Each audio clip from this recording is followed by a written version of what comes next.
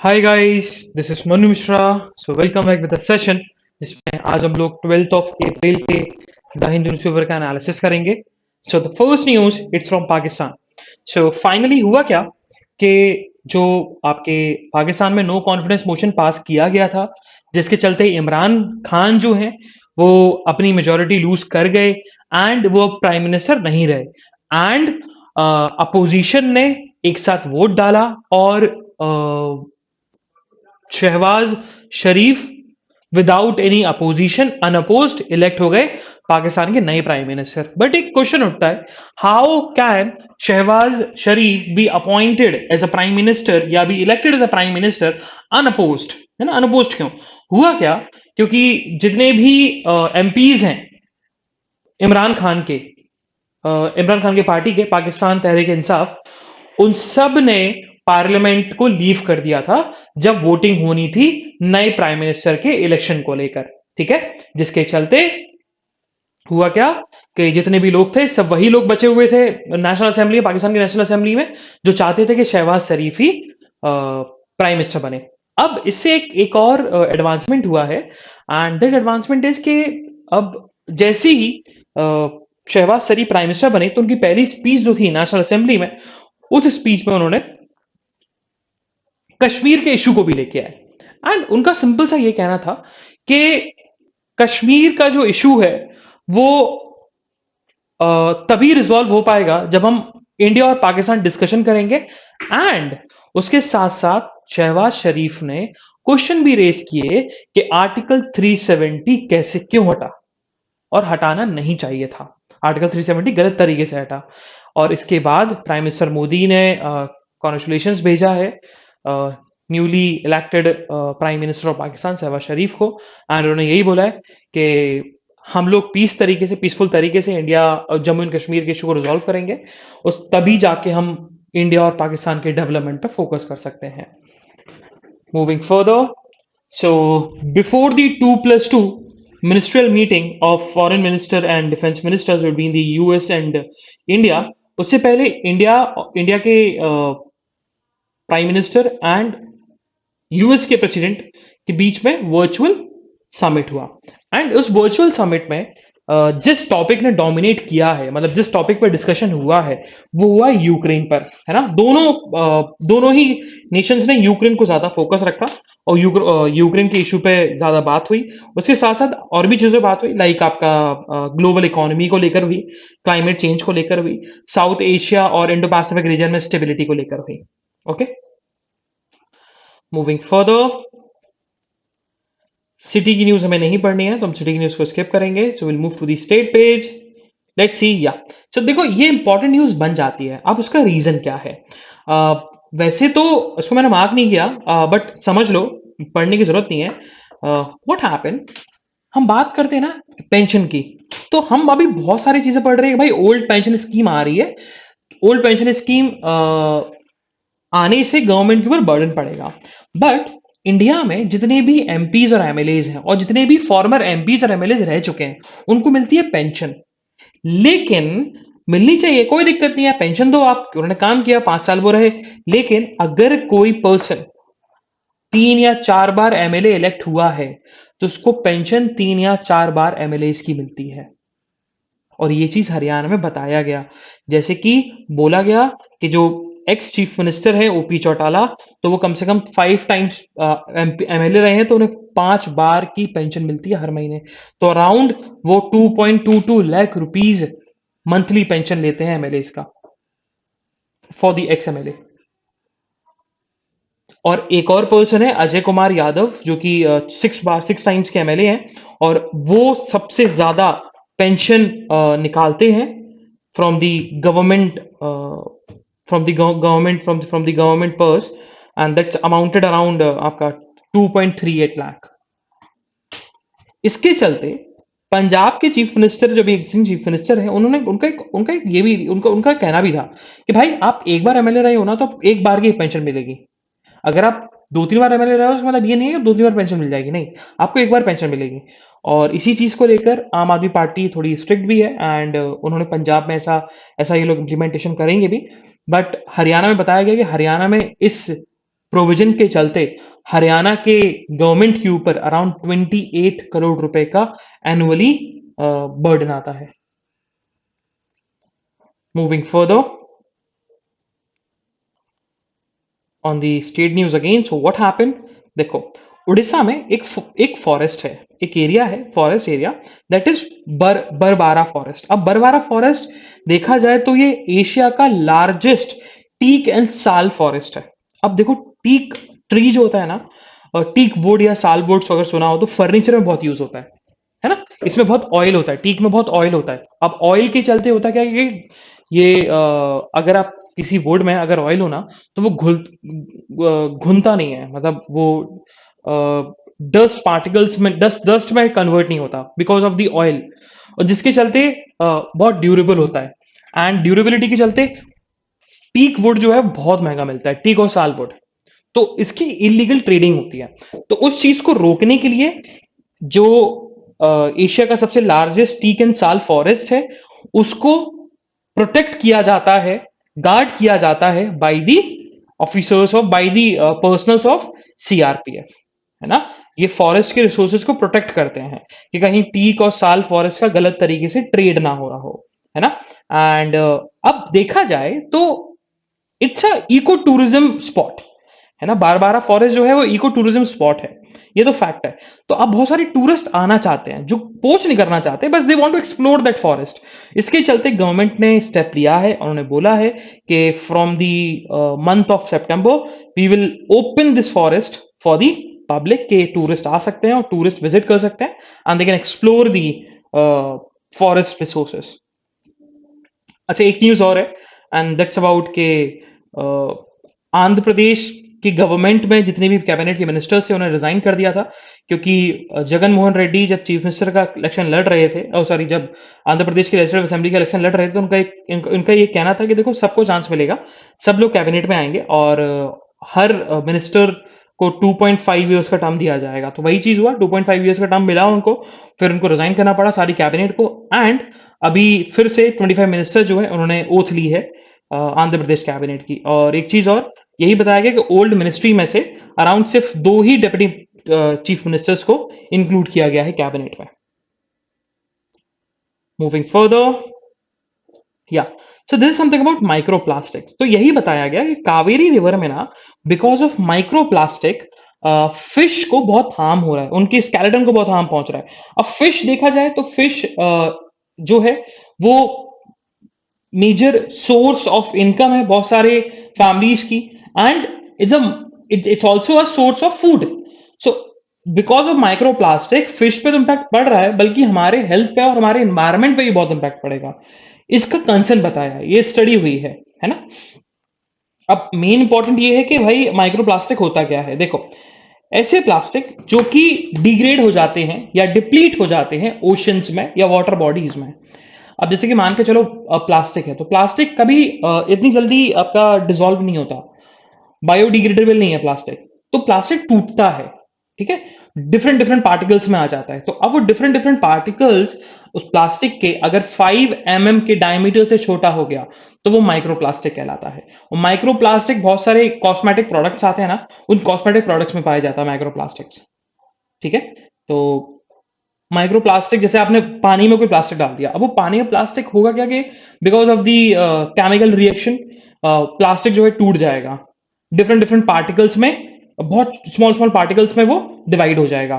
तो अब वो स्मॉल स्मॉल पार्टिकल्स अगर 5 mm के डायमीटर से छोटा हुआ तो वो माइक्रो प्लास्टिक कहलाएगा, जो कि एनवायरमेंट के लिए बहुत हार्मफुल है।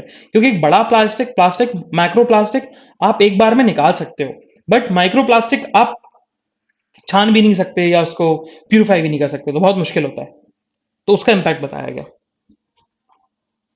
Moving further again on the state news, तो तमिलनाडु की असेंबली में ऑल पार्टीज एक्सेप्ट बीजेपी ने रेजोल्यूशन अडॉप्ट किया है against CUCET, central universities entrance test के अगेंस्ट, ठीक है। तो बीजेपी को छोड़ के सब ने, इवन डीएमके और एआईडीएमके दोनों ने, जो कि एक दूसरे की अपोजिशन है, one of the largest, both are the largest parties in the in the state of Tamil Nadu, उन दोनों ने रेजोल्यूशन को अडॉप्ट किया against CUCET. Moving further on the editorial page, तो आज हमारे 3 एडिटोरियल इंपॉर्टेंट हैं। The first one it's the in pandemic shock critical lesson for MSMEs. तो it's about the micro small and major enterprises, इसको लेकर है। And the second editorial it's about the start of adolescent learning. तो ये बताता है कि अभी रिपोर्ट्स आई हैं and according to that report के पैंडेमिक में बहुत सारे बच्चों को लर्निंग भी नहीं मिल पाई। ऑनलाइन एजुकेशन का एक पिक्चर बता रहे हैं जो कि नेगेटिव लर्निंग की तरफ है। ठीक है, नॉट पॉजिटिविटी की तरफ, नेगेटिविटी की तरफ है। चलो डिस्कस करते हैं। तो पहला जो एडिटोरियल है ना, it's a very very interesting और बहुत सिंपल है। दिखने में लगेगा कि बहुत डिफिकल्ट है, but it's not that difficult. And it's basically talks about कि इस पैंडेमिक में आपका कितना इम्पैक्ट पड़ा है एमएसएमई सेक्टर के ऊपर, और एमएसएमई सेक्टर हमारे लिए इतना इंपॉर्टेंट है क्या, हमारे लिए इतना इंपॉर्टेंट क्यों है। तो पहले अपन ये समझ लेते हैं कि why MSME sectors is important for our from Indian perspective, और क्या सिग्निफिकेंस रखता है। देखो, एमएसएमई की बात करें, मतलब माइक्रो स्मॉल एंड आपका medium enterprises, not major, medium enterprises, देखा जाए तो सेकंड लार्जेस्ट एम्प्लॉयर है आफ्टर एग्रीकल्चर सेक्टर। ठीक है, तो अगर सबसे ज्यादा किसी सेक्टर में एम्प्लॉयर है तो वो एमएसएमई है आफ्टर एग्रीकल्चर, और अराउंड 12 करोड़ लोगों को ये एम्प्लॉयमेंट देता है with low capital and technology requirement, with low capital and low technology requirements. ठीक है, उसके साथ साथ ये भी बताया गया कि एमएसएमई देखा जाए तो मैन्युफैक्चरिंग, टोटल मैन्युफैक्चरिंग जितना भी होता है इंडिया में, उसका 45% एमएसएमई करता है। एक्सपोर्ट जो है उसका 40% एक्सपोर्ट एमएसएमई करता है, और नेशनल जीडीपी में 30% कंट्रीब्यूट करता है एमएसएमई। ठीक है, एंड देखा जाए तो एमएसएमई जो है वो इंडस्ट्रियल डेवलपमेंट को प्रमोट करता है इन दी रूरल एरियाज में।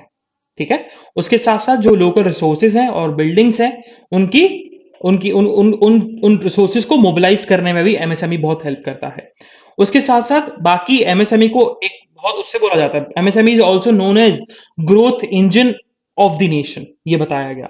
अब ऑथर ने बोला कि देखा जाए तो एमएसएमई सेक्टर तो बहुत सिग्निफिकेंस रखता है in the terms of industrial output, employment generation, आपका share in the GDP and export also. But because of this pandemic, सब because of the pandemic MSME पर बहुत बड़ा इम्पैक्ट पड़ा है। उसकी एमएसएमई में बहुत वर्स्ट इम्पैक्ट पड़ा है। अब हुआ क्यों? Because of the demand and supply shock के चलते, है ना, ये चीज बताया गया। अब सबसे पहले ऑथर ने फिर थोड़ा डेटा प्रेजेंट किया, फिर डेटा के साथ साथ रीजंस बताए कि किस वजह से एक्सपोर्ट और इंपोर्ट या फिर इन सारी चीजों पे, एमएसएमई सेक्टर्स पे इम्पैक्ट पड़ा है। तो बताया गया, एक सर्वे हुआ था, सर्वे में बोला गया कि 90% ऑफ दी जो एमएसएमईज हैं उनके टर्नओवर में डिक्लाइन आया है। ठीक है, और around 53% of the MSMEs, around 50% से भी ज्यादा टर्नओवर का में डिक्लाइन आया है। ठीक है, बाकी रिमेनिंग जो है 47%, उसमें डिक्लाइन तो आया टर्नओवर में, बट 53 में कितना टर्नओवर डिक्लाइन आया? 50% से भी ज्यादा। मतलब लास्ट ईयर बिफोर पैंडेमिक अगर 100 करोड़ का टर्नओवर था, तो इस ईयर उनका 50 करोड़ से भी कम टर्नओवर था, 53% ऑफ दी फर्म्स का। ओके, वहीं फिर बताया गया 29% ऑफ दी जो फर्म्स हैं वो कोलैप्स हो गई।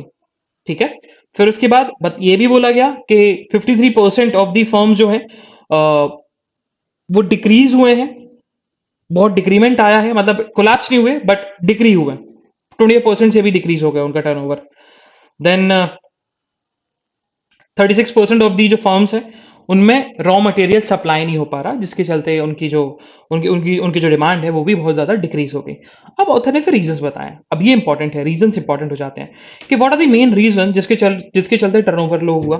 बताया गया कि भाई देखो, इकोनॉमिक एक्टिविटीज पर रिस्ट्रिक्शंस लगाए गए, है ना, उसकी मोबिलिटीज पर रिस्ट्रिक्शंस लगाए गए, डिमांड में डिक्रीमेंट आ गया, रॉ मटेरियल की शॉर्टेज थी, रिस्ट्रिक्शंस लगाए गए ट्रेड के ऊपर, है ना। फिर उसके बाद मार्केट में बहुत स्लो रिकवरी हुई, जो हमने एक्सपेक्ट किया था कि वी शेप्ड रिकवरी होगी, वो नहीं हो पाई। फिर उसके साथ ये भी बताया गया कि भाई के पेमेंट डिलेज बहुत ज्यादा हुए और लेबर शॉर्टेज का भी बहुत बड़ा प्रॉब्लम था, ये बताया गया। उसके साथ उन्होंने ये भी बताया कि what are the major challenges के फर्म जो है वो रिवाइव नहीं कर पाई, इतना डिले रिवाइव क्यों कर पा रही हैं। तो सबसे पहले ये बताया गया भाई पेमेंट डिले हो रहा है, अगर भाई लोगों का पैसा नहीं होगा तो मार्केट में पैसा कैसे फ्लो करेंगे वो, तो payment issue, delayed payment issue आ रहा है। दूसरा, डिमांड रिड्यूस हो रही है। तीसरा, फाइनेंशियल रिसोर्सेज की बहुत ज्यादा कमी है, सप्लाई चेन में डिसरप्शन आ गया, है ना, और आपका कॉस्ट ऑफ प्रोडक्शन जो है वो भी बहुत ज्यादा इंक्रीज हो गया है। ओके, फिर उसके बाद यही बताया गया कि देखो गवर्नमेंट ने स्कीम लेके जरूर आए थे, एक पैकेज लेके आए थे for the MSME that is known as Atmanirbhar Bharat package, but only 50% of the affected MSME इस पैकेज का बेनिफिट उठा पाए, बाकी रिमेनिंग नहीं उठा पाए, क्योंकि बहुत सारे लोगों को अवेयर, बहुत most of the firms are aware, but there are certain firms जो अवेयर नहीं थी इन पैकेजेस के बारे में। ओके, फिर ऑथर का यही कहना है कि देखो मेजोरिटी ऑफ द फर्म्स, जब सर्वे किया गया था ना, सर्वे में यही कहना था कि मेजोरिटी ऑफ द फर्म्स, मतलब एम्प्लॉयर्स जो है एमएसएमई के, उनका यही कहना था कि गवर्नमेंट ऑफ इंडिया को और ज्यादा स्टेप्स लेने चाहिए और फोकस करना चाहिए कि कैसे हमारे प्रोडक्ट्स और सर्विसेज की डिमांड को फिर से रिवाइव किया जाए। ओके, ये चीज बताया गया। फिर ऑथर ने बोला कि वो लेसन फॉर रिसाइलेंस, मतलब कैसे एमएसएमईज जो है उनको फिर से स्ट्रेंथन किया जाए प्री पैंडेमिक लेवल पर। ऑथर का ये कहना है कि देखो पूरे 100% ऑफ द एमएसएमई इंपैक्ट नहीं हुए, देखो यहाँ पर डिस्कस किया ना कि 90% ऑफ दी जो है आपके एमएसएमईज उन पे इंपैक्ट पड़ा है, उनके टर्नओवर डिक्लाइन हुए, बाकी रिमेनिंग 10% में तो भाई या तो स्टेबल रहे या तो इंक्रीज हुआ है टर्नओवर। तो यही बताया गया कि देखो सारे के सारे एमएसएमईज पे इंपैक्ट नहीं पड़ा, 10% ऑफ दी एमएसएमईज जो है उनका टर्नओवर या तो इंक्रीज हुआ है या फिर उनके टर्नओवर में कोई चेंज नहीं आया है ना। अब वो एमएसएमईज जो कि human health activities, manufacture of pharmaceuticals, medicinal, chemical and botanical products में काम करते हैं, या फिर food and beverages service activities या मैन्युफैक्चरिंग ऑफ एप्रल्स एक्सेट्रा में उनका बिजनेस है, उनकी उनकी उनकी इंडस्ट्री है, उन एमएसएमईज पे इनका इंपैक्ट नहीं पड़ा, क्योंकि देखो फार्मास्यूटिकल हो गया, इन कंपनीज हो गई, इन सारी एमएसएमईज हो गई, इनकी डिमांड तो बढ़नी थी, है ना। इवन फूड जो था, ऑनलाइन फूड सर्विसेज, उन एमएसएमईज पे कोई इंपैक्ट नहीं पड़ा, लेस इंपैक्ट पड़ा।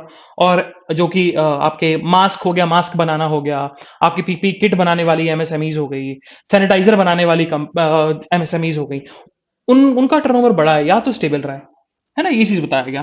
फिर ऑथर ने बोला कि देखो जो उनके एम्प्लॉयर थे ना, उन्होंने इस अपॉर्चुनिटी का यूज भी किया, उन्होंने जितनी भी सेविंग्स थी वो सारी सारी इन्वेस्ट कर दी, और वो ऑनलाइन भी आ गए कि भाई आपको कॉन्टैक्ट डिलीवरी ना हो, नॉन कॉन्टैक्ट डिलीवरी, उसके चलते वो लोग ऑनलाइन भी आ गए, तो उन्होंने एक्सप्लॉइट किया इस अपॉर्चुनिटी को।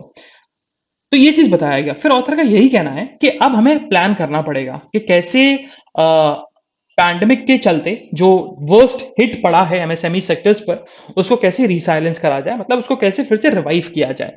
ऑथर ने सबसे पहले यही बताया कि देखो पैंडेमिक अकेला एक ऐसा अकेला ऐसा कुछ वो नहीं है जिसके चलते एमएसएमई सेक्टर्स पे इंपैक्ट पड़ा है, बाकी और भी अदर फैक्टर्स हैं आपका, जैसे कि गवर्नमेंट पॉलिसीज होती हैं, वॉर्स होता है, नेचुरल क्लैमिटीज आ सकती हैं, जैसे कि फ्लड हो गया, ड्रॉट हो गया, जिसके चलते पूरा बिजनेस अफेक्ट हो सकता है ना। और ऐसा नहीं है कि पहली बार पैंडेमिक आया, अभी H1N1 वायरस आया था, स्वाइन फ्लू आया था, आपका 2004 में MERS आया था, जीका वायरस आया था, तो उस पर भी इंपैक्ट पड़ा। हाँ, कोविड-19 एक one of the worst hit pandemic था, जिसके चलते बहुत सारे लोगों पे इंपैक्ट पड़ा, और इवन इंडस्ट्रीज पे, इकोनॉमिक एक्टिविटीज पे बहुत ज्यादा इंपैक्ट पड़ा इसके चलते। अमंग दी वर्स्ट है ये, मतलब जितने भी पैंडेमिक आए सबसे ज्यादा वर्स्ट यही पैंडेमिक रहा है अभी तक। फिर ऑथर का यही कहना है कि अगर हम चाहते हैं कि एमएसएमई सेक्टर्स फिर से रिवाइव हो, फिर से डिमांड इंक्रीज हो, ग्रोथ इंक्रीज हो, और अनसर्टिनिटीज, बिजनेस अनसर्टिनिटीज से उनको गुजरना ना पड़े, इसके चलते एक प्रॉपर मैकेनिज्म डेवलप होना चाहिए फॉर दी एमएसएमईज, जिसके चलते हम उन एमएसएमईज को रेस्क्यू कर सकें फ्रॉम शटडाउन एंड सपोर्ट कर सकें for their revival during business uncertainties. ठीक है, अब ऑथर ने बोला कि पहला स्टेप क्या है कि हर एमएसएमई सेक्टर को एक क्या बनाना चाहिए, अपना emergency fund for small businesses बनाना चाहिए। जैसे कि गवर्नमेंट के पास फंड है, कौन सा, कंटिजेंसी फंड, तो वैसे ही एमएसएमई को भी अपना फंड बनाना चाहिए, जिसके चलते फॉर द इमरजेंसी सिचुएशन या फॉर द बिजनेस अनसर्टेनिटीज या फॉर द रिवाइवल उन फंड का यूज किया जा सके। ठीक है, अब फिर ऑथर ने ये भी बोला था गवर्नमेंट को ना एक स्कीम लानी चाहिए, like about the small business insurance scheme. Sorry, इसके साथ ये, इससे पहले ये पढ़ लो कि गवर्नमेंट को भी इनिशिएट करना चाहिए, गवर्नमेंट को भी एक फंड बनाना चाहिए। ये तो एमएसएमई सेक्टर्स ने बना लिया, अब यहां पर गवर्नमेंट को भी एक फंड बनाना चाहिए, uncertainty corpus fund for small businesses, जो कि स्मॉल फर्म्स की जितनी भी फाइनेंशियल नीड्स हैं ड्यूरिंग दी फाइनेंशियल अनसर्टेनिटीज और इकोनॉमिक शॉक, वो फुलफिल हो सके बिकॉज ऑफ दिस फंड। फिर उसके साथ साथ आपका गवर्नमेंट को एक स्कीम लानी चाहिए स्मॉल बिजनेस इंश्योरेंस स्कीम, जिसके चलते टर्म इंश्योरेंस, क्रॉप इंश्योरेंस होती है ना, कि अगर आपकी क्रॉप खराब हो गई तो भाई आपको पैसा मिल जाएगा, फार्मर्स को पैसा मिल जाता है। तो वैसा ही एमएसएमई सेक्टर्स में होना चाहिए कि एमएसएमई सेक्टर्स को पुश करना चाहिए बाय द गवर्नमेंट कि वो इंश्योरेंस लें अपने बिजनेस के ऊपर, कि अगर उनका बिजनेस लॉस में गया तो वो लॉस जो है वो रिकवर कर सकें फ्रॉम द इंश्योरेंस। ठीक है, तो पुश करना चाहिए एमएसएमई सेक्टर्स को कि भाई वो इंश्योरेंस कवर लें। उसके बाद फिर ऑथर का यही कहना है कि अभी बजट आया था, तो बजट में ये चीज तो बोली गई थी कि हम लोग जो बजट है ना, this is the first step towards the आपका अमृत काल फॉर द नेक्स्ट 25 ईयर्स, जिसके चलते हम एक one of the biggest economy बनेंगे नेशन की, वर्ल्ड की। लेकिन फेल्ड हो गई है वो। रीजन ये है क्योंकि उसमें बात नहीं की गई, उस ना ही उसमें कुछ आइडियाज लाया गया, ना ही कोई प्लान लाया गया कि हम कैसे एमएसएमई सेक्टर्स को बहुत ज्यादा अपग्रेड कर सकते हैं। ओके, ऑथर का फिर यही कहना है कि जो हमने डिस्कस किए हैं 3 पॉइंट्स, इमरजेंसी फंड, आपका एक और फंड बनाया बाय द गवर्नमेंट, और एक इंश्योरेंस स्कीम होनी चाहिए फॉर द एमएसएमई सेक्टर्स, तब जाके इतना ग्रोथ कर पाएगा। Moving further, so it's about the state for adolescent learning, and इसको ऊपर डिस्कस करेंगे ये है क्या। चलो, सो लेट्स सी। तो बताया यही गया कि because of the absence of formal learning, देखा जाए तो जितनी भी एफर्ट्स लगाए गए by the parents, teachers and government कि जो लर्निंग है वो घर पे हो, क्योंकि पहले जो फॉर्मल लर्निंग क्या थी, क्लासरूम में होती थी, लेकिन बिकॉज ऑफ द पैंडेमिक क्या हुआ, फॉर्मल लर्निंग नहीं हो पाई। तो भाई बहुत सारे स्टेप्स लिए गए, बहुत सारे एफर्ट्स लगाए गए by the parents, by the teachers, by the government, कि जो लर्निंग हो ना वो घर पे हो, ऑनलाइन एजुकेशन के थ्रू हो। तो वो कुछ हद तक सक्सेसफुल रही है चिल्ड्रंस के लिए। और अभी ASER की रिपोर्ट आई, annual status of education report for 2020 and 2021, उन्होंने बताया कि because of the less access of technology, जो ऑनलाइन लर्निंग है वो कितनी लो हुई है, कितना उस पर कितना इम्पैक्ट पड़ा है, अगर हम कंपेयर करें फॉर्मल लर्निंग से और ऑनलाइन लर्निंग से, बहुत डिफरेंस क्रिएट हो रहा है। तो यही बताया गया, उनका यही कहना है कि 70% of the children in the class from 9th to 12th, उनके पास स्मार्टफोन तो है घर पे, 70% ऑफ द चिल्ड्रन पे, लेकिन 35 of them can only use for their studies, और बाकी 17% जो है वो बिल्कुल भी यूज नहीं कर सकते। So they don't know how to use the smartphone, जिसके चलते हम लोग ऑनलाइन एजुकेशन उनको इम्पार्ट करा सकें।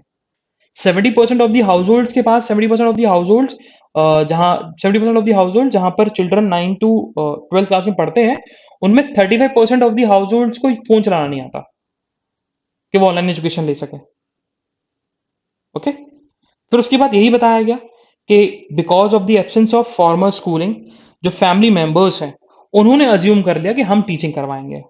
ठीक है, जिसके चलते उनको प्रॉपर एक जो एक एक ट्रेन्ड टीचर लर्निंग दे सकता है वो नहीं मिल पाई, है ना।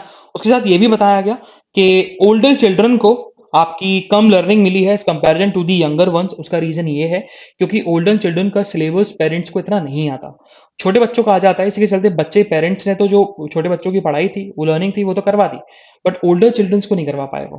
ठीक है, ये चीज बोली गई। फिर उसके साथ साथ यही बताया गया कि 2017 में आपका ASER annual status for education report बताया गया, रिपोर्टेड किया था कि 90% of the females between 14 to 18 वो हाउस वर्क करती है on the daily basis as compare to the 3/4 of the male youth. ये चीज बोली गई। फिर एक यूनिसेफ की रिपोर्ट भी थी, बिल्डिंग बैक बेटर रिपोर्ट, उसमें यह बताया गया because of the school closures, जो गर्ल्स हैं और जो वुमेन हैं जो एजुकेशन पहले लेती थी अब वो नहीं ले पा रही, बहुत सारे स्कूल ड्रॉप आउट हुए हैं, गर्ल्स स्कूल ड्रॉप आउट हुआ है। उसका रीजन क्या है, फाइनेंशियल बर्डन के चलते उन्हें घर का काम करना पड़ रहा है, वो अब होम में काम कर रही है, घर में काम कर रही है, हाउस हाउस वर्क कर रही है, उनकी पढ़ाई छूट चुकी है। फिर ऑथर का यही कहना है कि 2017 की रिपोर्ट फिर यही बोलती थी, उन्होंने बोला था कि 14 से 18 ईयर की जो यूथ है उनका उनका जो एस्पिरेशन था वो यही था, most of the male youth का एस्पिरेशन यही था कि वो आर्मी, इंजीनियर या फिर पुलिस में जाना चाहते हैं। वहीं फीमेल का क्या था कि वो डॉक्टर, टीचर और नर्स बनना चाहते हैं। तो एक एक ये दिख रहा है, एक डिफरेंस दिख रहा है कि जेंडर के बेसिस पर ऑक्यूपेशन डिसाइड होते हैं अभी भी। ठीक है, तो इस चीज को हमें दूर करने की जरूरत है। सो जो स्कूल में डिसरप्शन क्रिएट हुआ ना, वो क्वालिटी ऑफ टीचिंग में तो बहुत ज्यादा टाइम तो लूज होगा अगर उस क्वालिटी ऑफ टीचिंग को हमें फिर से लाइन पे लाना पड़े, लाइन पे अगर लाना है तो ये चीज बताया गया। फिर स्कूल का यही ऑथर का यही कहना है कि जैसे ही स्कूल रीओपन हो तो हमें एक जेंडर इक्विटेबल एनवायरनमेंट लेके आना पड़ेगा, जिसके चलते हम ग्रोथ को प्रायोरिटाइज कर पाए।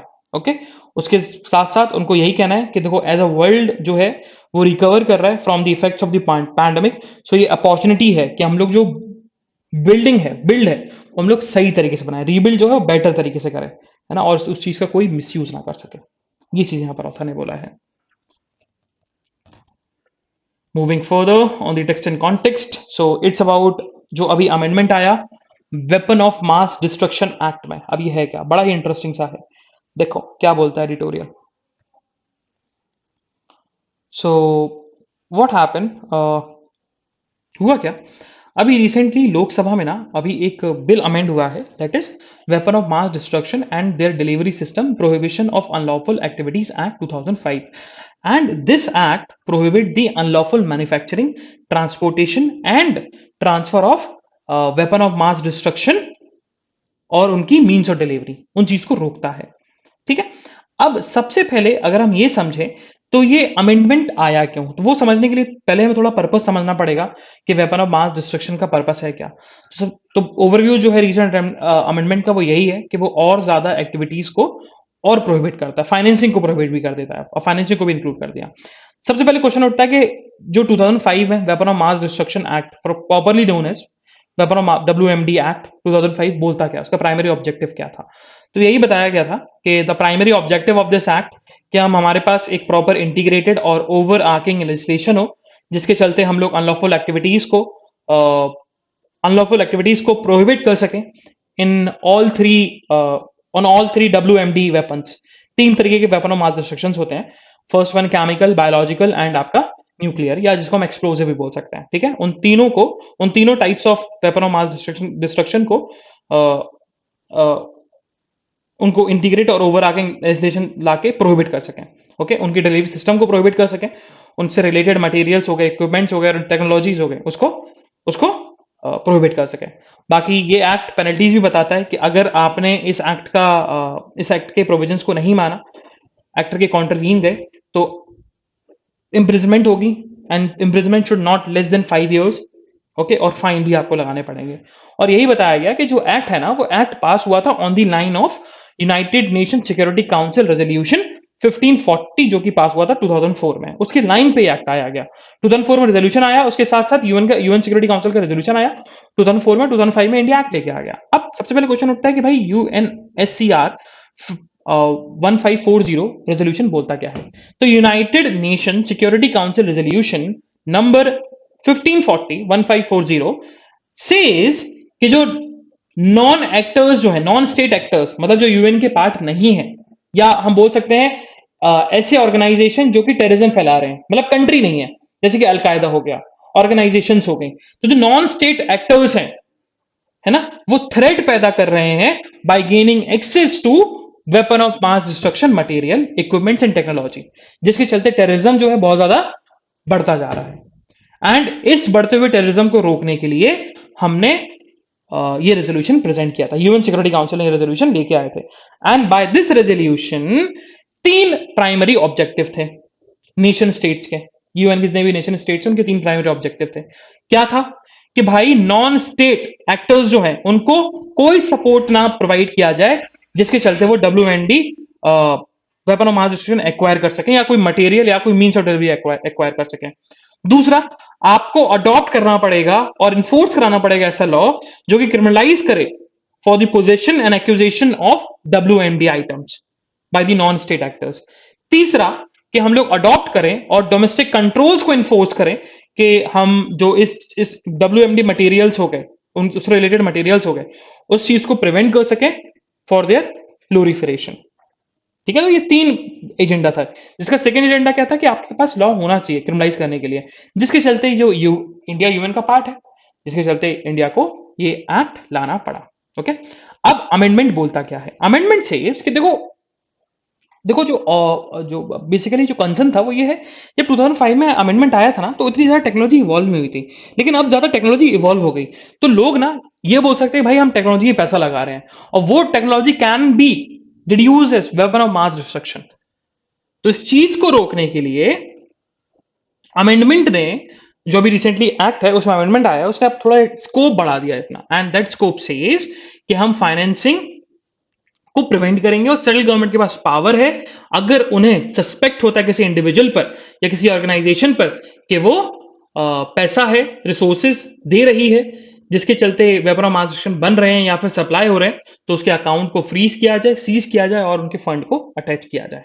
ओके, तो अब why was this amendment necessary, तो यही बताया गया, with the increasing of technology and rapid increase of technology, advancement of science and technology, international commerce, तो अभी जो नॉन स्टेट एक्टर्स हैं वो WMD बना रहे हैं और फाइनेंसिंग हो रही है, तो उस चीज को रोकने के लिए ये अमेंडमेंट लाना बहुत ज्यादा जरूरी था।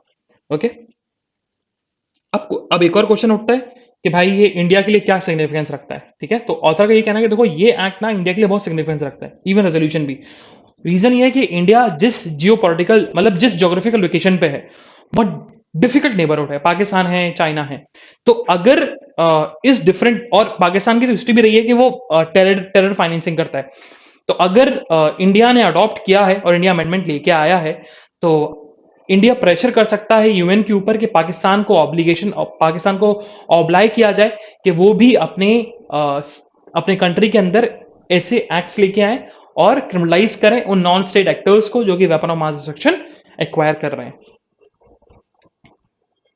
Moving further on the national news, so Anil Deshmukh जो कि फॉर्मर महाराष्ट्र के होम मिनिस्टर हैं, उनकी कस्टडी जो है वो बढ़ा दी गई है, एक्सटेंड कर दी गई है टिल 16 अप्रैल, सीबीआई कस्टडी। अब उसका रीजन ये है क्योंकि अनिल देशमुख जो है वो आपके एक्सटॉर्शन के केस में और एक्सटॉर्शन के साथ साथ करप्शन के केस में फंसे हुए हैं, क्योंकि महाराष्ट्र के जो मुंबई पुलिस कमिश्नर जो थे परमवीर सिंह, उन्होंने इनको फंसा दिया है। Moving further, so Delhi high court ने कंडेम किया है ट्रांस पर्सन पासपोर्ट रूल को। अब passport rule for the trans person के लिए बोलता है कि अगर कोई ट्रांस पर्सन मतलब ट्रांसजेंडर या ट्रांस वुमेन अगर एक्वायर करना चाहता है पासपोर्ट उस ट्रांस पर्सन जेंडर का, तो उसको बेसिकली उसको सर्टिफिकेट दिखाना पड़ेगा, and the certificate of gender reassignment surgery का। अगर उसके पास जेंडर रीअसाइनमेंट सर्जरी का सर्टिफिकेट नहीं है, तो फिर वो पासपोर्ट उसको नहीं मिल सकता ट्रांसजेंडर का।